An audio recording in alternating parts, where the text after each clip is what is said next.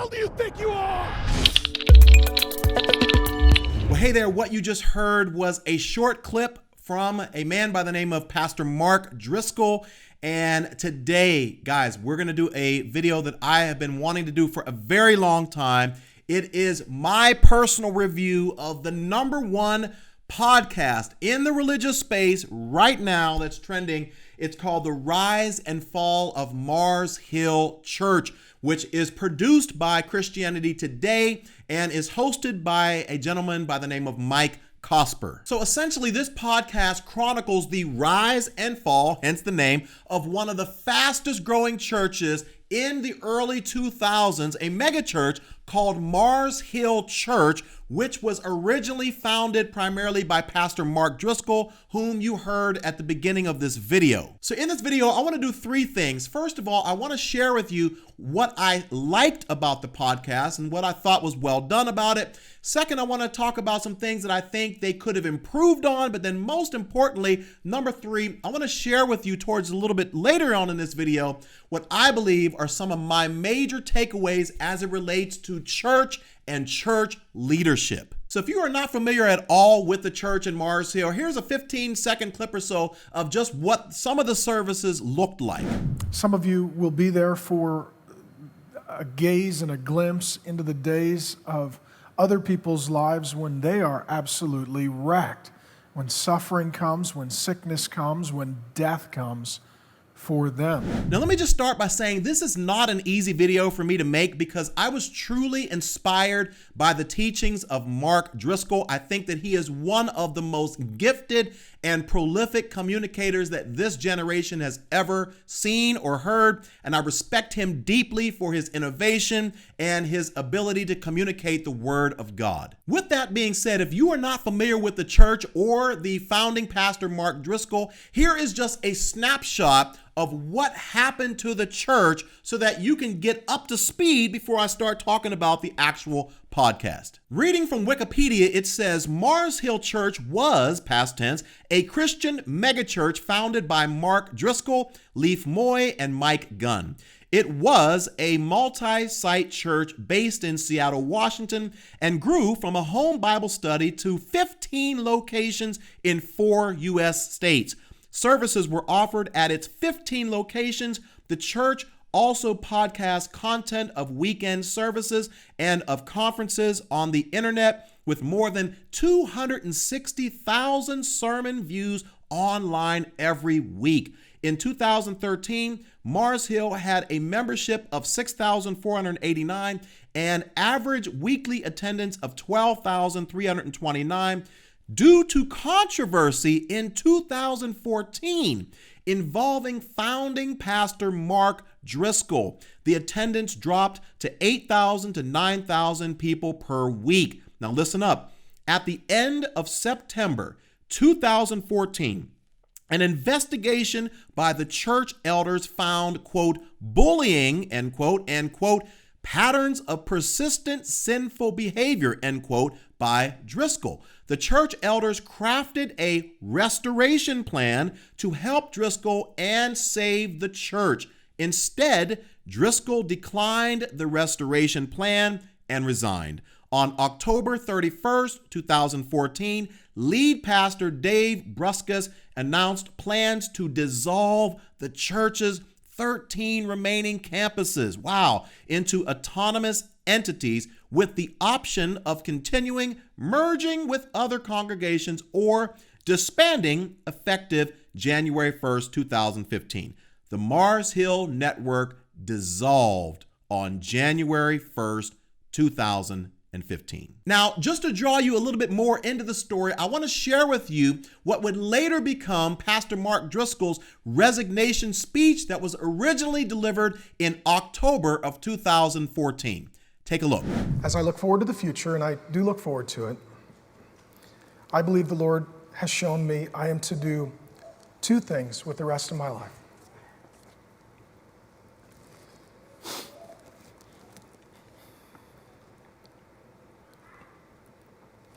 Love my family,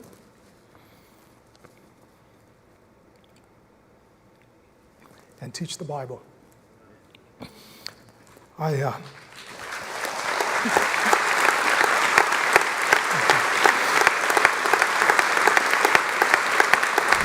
Okay, so let me start off with some of the things that I liked about this podcast. Number one, it was extremely high in terms of its production value. I felt that it was very, very thorough. It was high production value.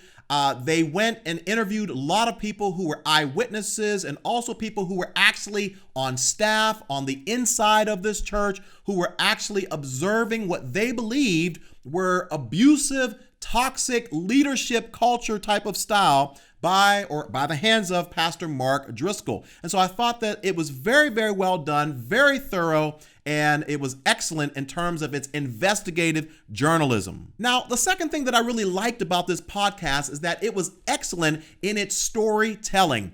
It was very interesting, very intriguing, very engaging. It drew you into the story, leaving you with this feeling of wanting to learn more and more. As a matter of fact, if you listen to just one episode, maybe two episodes, you're going to be drawn into the story to where you're going to be waiting to see what's going to happen next. It's kind of like a murder mystery TV series or sitcom where with each show, they kind of peel back a further layer, kind of unveiling what's happening in the murder mystery. Pardon my analogy here, but that's how well done the story is. And it really just continues to draw you in. And one of the things that I love about it is that it doesn't just tell you what happened to Mars Hill Church, but it explains the reasons why the church rose up and also the reasons why the church fell, hence the name Rise and Fall of Mars Hill. Now, there's a couple of things that I think they could have done differently and I don't really care for as it relates to this podcast.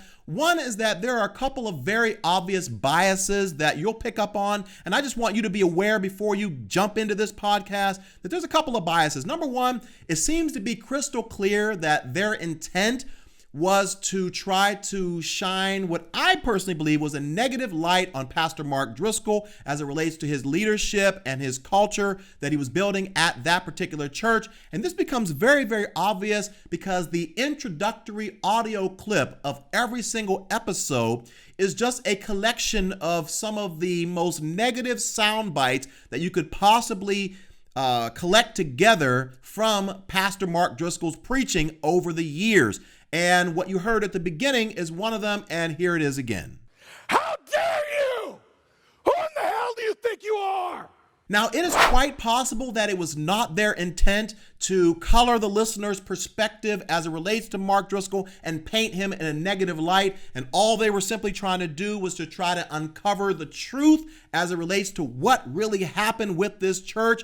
And while doing so, all of the fingers, or most of the fingers, seem to point back to Pastor Mark Driscoll. That is a possibility, but I'll be honest, at times it felt like there was another agenda at work, and that agenda was to try to prove that Mark Driscoll was the main and sometimes the primary reason why the church fell. Now, what was disappointing about the podcast was that we never heard from Pastor Mark Driscoll at all in terms of his ability to actually defend himself and to explain why certain things were happening and provide his side of the story. In episode number 1, they do say that they reached out to him and apparently he declined the opportunity to comment on the things that were going on at the church. So it would have been great if we would have had some back and forth to kind of see what his perspective is, because there's always 3 sides of the story, right? There's one side, there's another side, and then there's the truth. And so we really only got one side of the story in this podcast. Now, another bias that you need to really look out for here is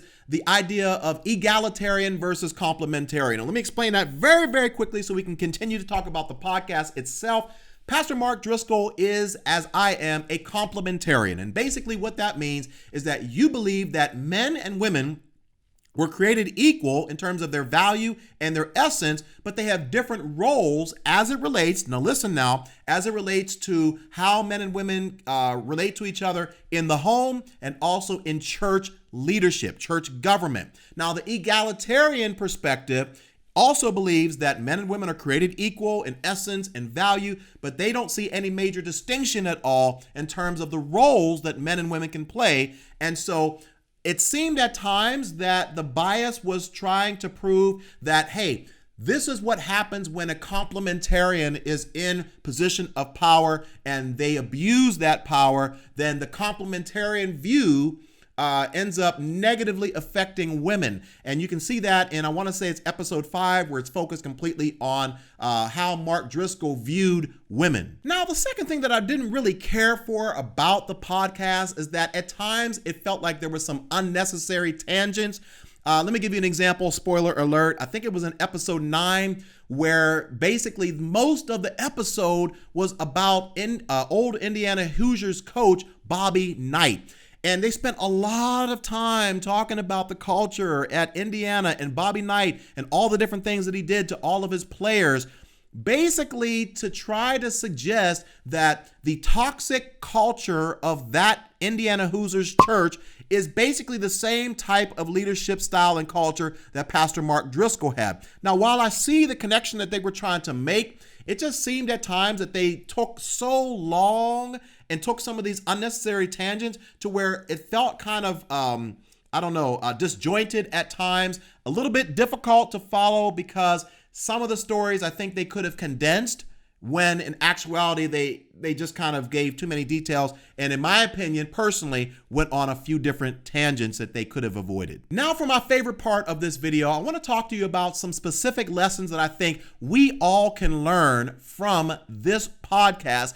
as it relates to church leadership culture. Lesson number 1, be careful how you treat people. As leaders, we had better do our best to ensure that everyone who leaves our organization leaves well, because when they don't and they are disgruntled, they may end up on a podcast 20 years later talking about how you treated them, how you used them, how you abused them, and essentially how you didn't respect them as a person. Listen, I know it's not always possible to make sure that people leave well, but we need to do a better job of how we treat people as spiritual leaders. We need to treat them as individuals, as real people, and not just as people that are being used to try to further our personal agenda and build our personal empires. Now, lesson number 2 is a huge one, and I want you to pay close attention. No amount of success should excuse an unhealthy, toxic leadership culture. Oh my goodness,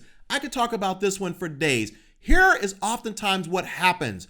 Many times we are guilty of normalizing abusive leadership culture because of the perceived success. It's easy to look at a church or look at an organization and say, you know what? Our numbers are up. Our podcast downloads are up. People are being saved. People are being baptized. Membership is higher. People are volunteering more. And because we see all this good, quote unquote, success in terms of numerical success, oftentimes we're quick to just overlook or minimize the toxic leadership culture that needs to be addressed in that particular organization. Here it is. Warning signs are often ignored when success is present. In other words, the way in which we do things is just as important as the results that we get.